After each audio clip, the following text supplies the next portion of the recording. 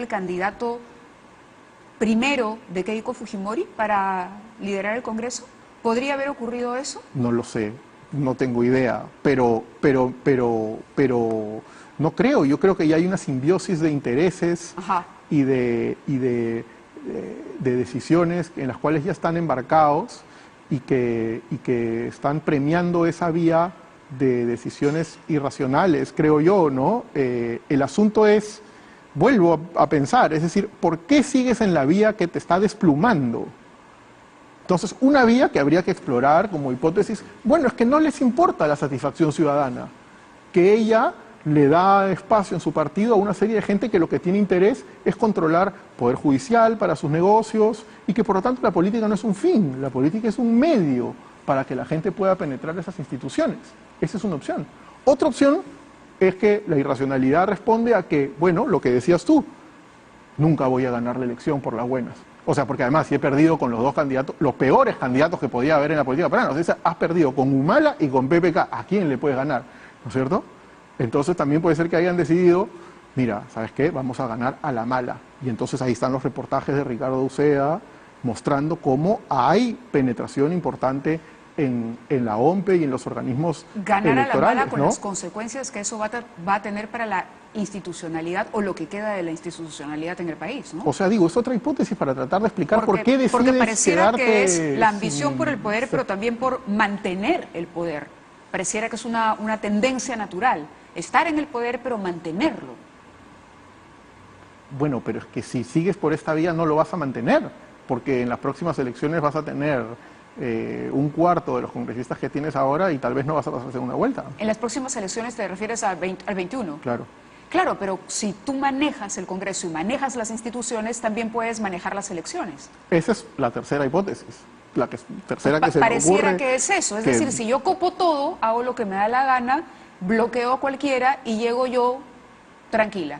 Así es, y pondré más requisitos para inscribir candidatos y alteraré las reglas mientras vamos jugando al juego, también alteramos las reglas del juego para que sea solo nuestro y entonces es política de... Por ejemplo, lo que sucedió con Vilcatoma. Vilcatoma renuncia a la bancada y en cosa de minutos, ¿no? Porque se presentaba una tacha y al instante ya se anunciaba que se había incorporado Fuerza Popular. Esto es sentarte en el reglamento del Parlamento orondamente. Es decir, manejo esto porque ¿quién me va a decir que no? Porque no hay consecuencias, puede contradecir que no? No hay los costos son muy bajos. Es decir, han modificado la Constitución a través del reglamento del Congreso, ¿no? ¿Y cuáles son los costos? ¿Tú has visto algún pronunciamiento de los empresarios del Perú diciendo que es un atentado al Estado de Derecho que se modifique la Constitución a través de un reglamento? No. Entonces, los costos de generar este tipo de aberración jurídica del Estado de Derecho son bajísimos. Son bajísimos. Y eso lo sabe quien justamente afecta a la Constitución y decide hacer esos cambios. Sabe que no va a tener resistencia. Has dicho que el peor gobierno post-Fujimori ha sido el de PPK. ¿Así tan duro? Sí, no. Es el peor.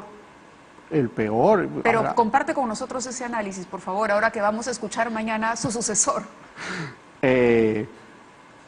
Bueno, yo creo que... ¿Vizcarra puede ser mejor? Puede ser mejor, podría ser mejor, porque en realidad para ser mejor ni siquiera tienes que ser mejor, tienes que intentarlo, ¿no? O sea, ¿Eso quiere decir que PPK ni siquiera intentó hacer un buen gobierno? No, pues, ¿no? Sí, o sea, hizo todo lo que tenía que hacer para terminar donde terminó. Por ejemplo.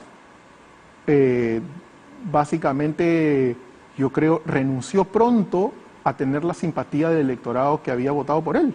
Muy temprano decidió que él tenía que tratar de satisfacer a los fujimoristas como primera opción y no responder al mandato que él había ganado en segunda vuelta.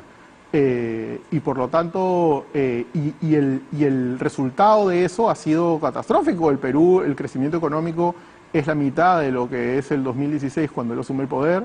La recaudación tributaria es la más baja en más de una década. La informalidad, que era la prioridad, que la iban a bajar, aumentó. El déficit fiscal es el más alto en 18 años. Es interesante porque justamente una candidatura de PPK era la que más entusiasmaba a quienes están por la continuidad del modelo. Es decir, por esto que desarrollas en el libro, que es mantener el crecimiento aun cuando la institucionalidad no desarrolle, no germine, no termine de florecer.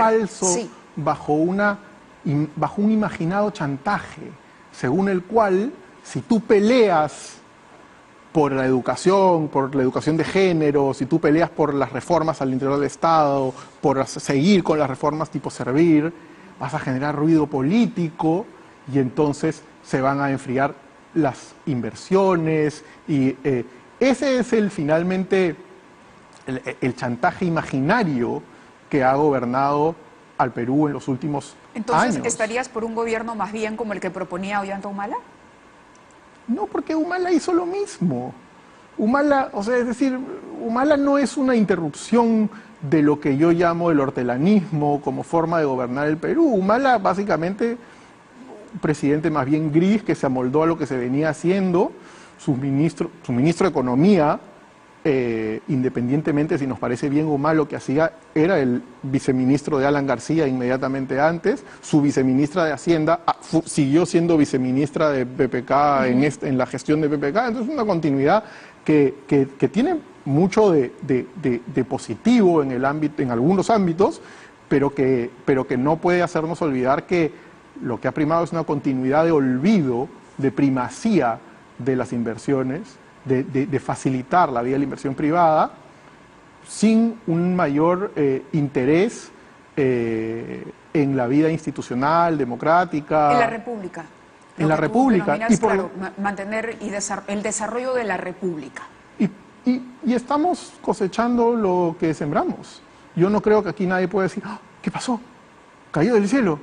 O sea, los audios, por ejemplo, estos, ¿qué son los audios? Los audios son la confirmación de lo que la ciudadanía en el Perú ya sabía. No es que la gente confiaba 80% en el Poder Judicial y ahora se ha desplomado a 8%.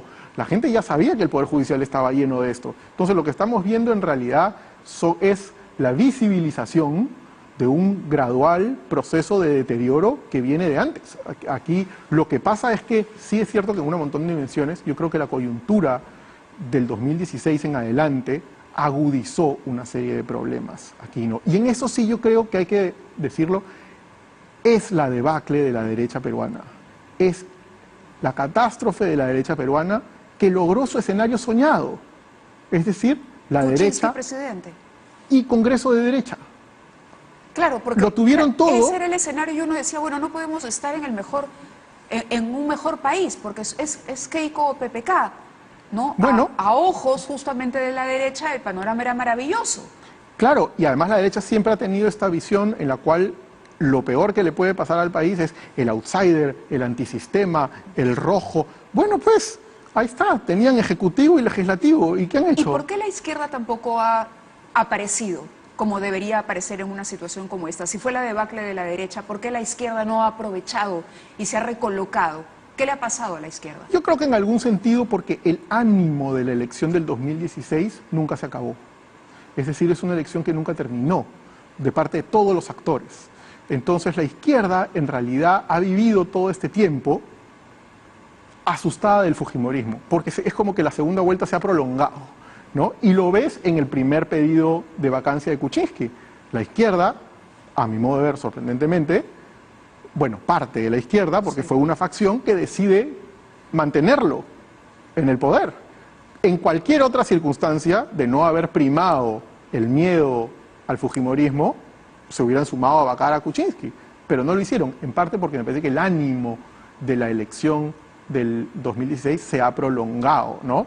Ahora, la izquierda es una nota al pie de página de la historia contemporánea del Perú. O sea, la izquierda no tiene representación parlamentaria desde el año 92 hasta el año 2016. Es cierto, lo mencionas también aquí.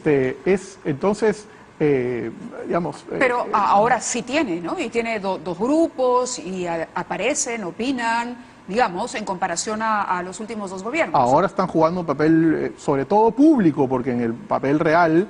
Además, en una larga tradición que les pertenece, se podrán dividir en cuantos individuos tengan las bancadas. Entonces, claro, su posibilidad de articulación es menor, pero efectivamente en la vida pública finalmente hay una izquierda que existe, ¿no? Pero sin ninguna duda, la debacle de lo que ha generado la derecha peruana en estos años... no significa que la izquierda lo haya hecho muy bien ni que ni mucho menos, ¿no? Pero sí me parece que tiene que estar claro que lo que estamos cosechando es producto de esa derecha en sus dos versiones, ¿no? La versión mototaxi y la versión Miguel Dazo se han encargado de meternos en este atollo Está general, simpático ¿no? eso, la versión mototaxi y la versión Miguel Dazo. Bueno, es que... Ok, y si la izquierda no está, ¿dónde está la mayoría de la población? ¿O no está en ninguna parte? Y ese también es un problema. Ideológicamente, ¿dónde está? ¿En el antifujimorismo? ¿Dónde está? Yo creo que la mayor parte de la ciudadanía está en la indiferencia y en la indignación resignada, en su casa, frente a la tele. Incluso cuando vemos lo que hoy apreciamos o lo que hemos apreciado la semana pasada, esta indignación que sí ha llevado gente de forma masiva a las calles, no las marchas, esta es la segunda marcha y no creo que sea la última. ¿Tú crees que estamos en una situación que podría repetir el ciclo de lo que fue el final del fujimorismo y que justamente sea la ciudadanía la que obligue, digamos, a marcar un nuevo punto de inflexión?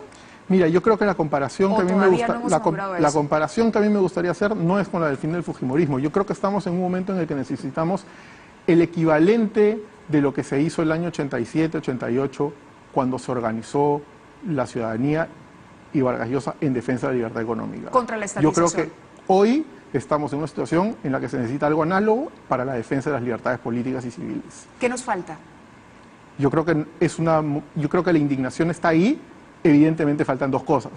Una es que no hay un liderazgo semejante al que hubo en ese momento, donde alguien legítimo, articulado, pudo encarrilar esa situación, porque no nos olvidemos, el intento de nacionalización de la banca no se iba a detener si no es por eso, porque el APRA tenía mayoría en las dos cámaras y además era apoyado en ese intento por la izquierda. Por lo tanto, es la sociedad civil en las calles, con un liderazgo importante y utilizando el Poder Judicial, quien detiene ese intento de coactar, de recortar las libertades económicas. Y en eso surge la figura de Vargas Llosa, liderando, digamos, esto, luego surge Libertad y luego surge la candidatura.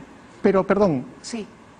Y hoy estamos en una situación exactamente igual, es decir, hoy Salvador de Solar escribió un artículo y estoy totalmente de acuerdo, si no reformamos la política no se va a reformar la justicia. Y hoy estamos en un momento en el cual estos jugadores políticos en estas instituciones en este momento no van a hacer esas reformas. Como en esa época que desde el interior no se iba a poder parar la nacionalización de la banca, claramente eso sí. Hoy me da la impresión que sin algo análogo en defensa de las libertades políticas, con gente en la calle y con liderazgo legítimo y articulado, no se va a poder cambiar esta situación, ¿no?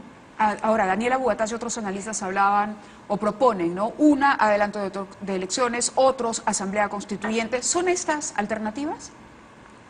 Bueno, sí, son alternativas. ¿Vizcarra podría o le darías a él, digamos, el beneficio de la duda de que sea capaz de articular justamente la indignación ciudadana? ¿Podría ser él o él está descartado por ser parte del establishment? No, de poder ser, podría ser. Mira, cuando el presidente Vizcarra asumió el poder, yo pensé que él tenía dos opciones. O muertito o muerto. ¿Sí? O muertito con el fujimorismo, o realmente, simplemente, si realmente trataba de gobernar, de poner orden, de gobernar en términos en defensa del interés general, iba a tener al fujimorismo que saltaría a la yugular y que por lo tanto tenía que elegir básicamente las dos opciones. Tengo la impresión que está intentando, con ciertos gestos, con ciertas medidas, encontrar esa tercera vía que le permita hacer, aunque sean unas reformas modestas, pero que ni le cuesten la cabeza, ni sean estar de rodillas ante el fujimorismo. Ahora, ¿cuánto puede durar eso? No lo sé. Pero sí creo que si quiere ir a fondo en la reforma y realmente uno tiene que apoyarse en la ciudadanía, creo que la ciudadanía lo va a apoyar, si realmente gobiernen en nombre del interés general y no para proteger ciertos intereses particulares. ¿Sería el mejor momento para una medida drástica? Podría ser, ¿no? Porque podría tener ese respaldo ciudadano que en otra coyuntura quizá no. Pero también tiene que saber que el costo puede ser altísimo, que lo pueden sacar de la presidencia también, de alguna manera, aun cuando creo que políticamente es muy difícil ya que el fujimorismo llegue a los 87 votos para intentar algo así, creo que sí se las puede ingeniar para hacerle la vida a cuadritos serios, ¿no? Entonces creo que creo que siempre hay que darle el beneficio de la duda, aunque lo tiene realmente difícil. Ahora, creo que es un momento en que él tiene que darse cuenta dónde está el ánimo y las esperanzas de la ciudadanía, ¿no? No están en otro presidente que se siente ahí a esperar a la próxima elección, sino que la gente grita, sí, ¿no? Claro. Que alguien se ocupe de esto y mande, y recobrar la autoridad, que no tiene por qué ser un concepto tomado, que tiene que ser dejado al conservadurismo. La autoridad democrática es algo fundamental, la autoridad del Estado de Derecho. Yo creo que eso es lo que los peruanos estamos reclamando. El Estado de Derecho como encarnación institucional del interés general, no las reglas para el hermanito, para que el Estado como algo a lo cual todos vamos a ir ahí a arrancharle cosas. Sí, nos dicen que el tiempo gana, pero ¿el antifujimorismo es una creación del fujimorismo o existe? Bueno, existe en la medida en que, nuevamente, en la medida en que el fujimorismo ha logrado una presencia importante en la política peruana y que es rechazado por tanta gente, evidentemente, y que no hay nada organizado al frente, se expresa de esa manera así medio espontánea, ¿no? Pero cuando hablamos antes de hacer la entrevista, en un momento decíamos, ok, yo me puedo oponer a algo que hace la bancada fujimorista porque evidentemente está vulnerando principios democráticos. ¿Eso me hace antifujimorista? Bueno, yo no creo, ¿no? Pero me etiquetan como antifujimorista. Por eso te decía, ¿podría ser esa una estrategia o un invento, ese tipo de antifujimorismo del propio fujimorismo para poder ponerte del otro lado? No puede ser, pero a mí me parece realmente una injusticia con una ciudadanía que en realidad ha demostrado en varios momentos que rechaza la arbitrariedad. No toda, ¿no? O sea, no se puede idealizar, pero me parece que en reiteradas ocasiones la ciudadanía ha mostrado que rechaza la arbitrariedad, la informalidad, la ilegalidad, y esa defensa de esos valores republicanos, esa defensa de la institucionalidad no puede ser pues subestimada y reducida a un ánimo anti. A eso me refería. No, pues es la afirmación de una serie de convicciones. Para redondear la idea, a eso me quería referir. Te agradezco mucho la presencia en el programa. ¿Vas a estar en Perú con qué frecuencia? Voy a estar aquí varios meses. ¿Vas a estar aquí? O sea que podemos volver a hablar para hablar del modelo, que además es súper interesante, también no dejen de leerlo, es ver el nuevo rol del Estado. Es decir, el Estado no tiene por qué ser un apestado y hay que reducir el Estado no puede participar del desarrollo porque solamente la empresa privada es la única que tiene la llave mágica y los números macroeconómicos son los únicos que debemos buscar, y eso es un aporte importante también del libro de Alberto Vergara, Ciudadanos sin República. Así que recomendadísimo, nos veremos en la feria. Muchas y hasta gracias. la próxima. Gracias, Alberto. Gracias. Vamos a la pausa y regresamos.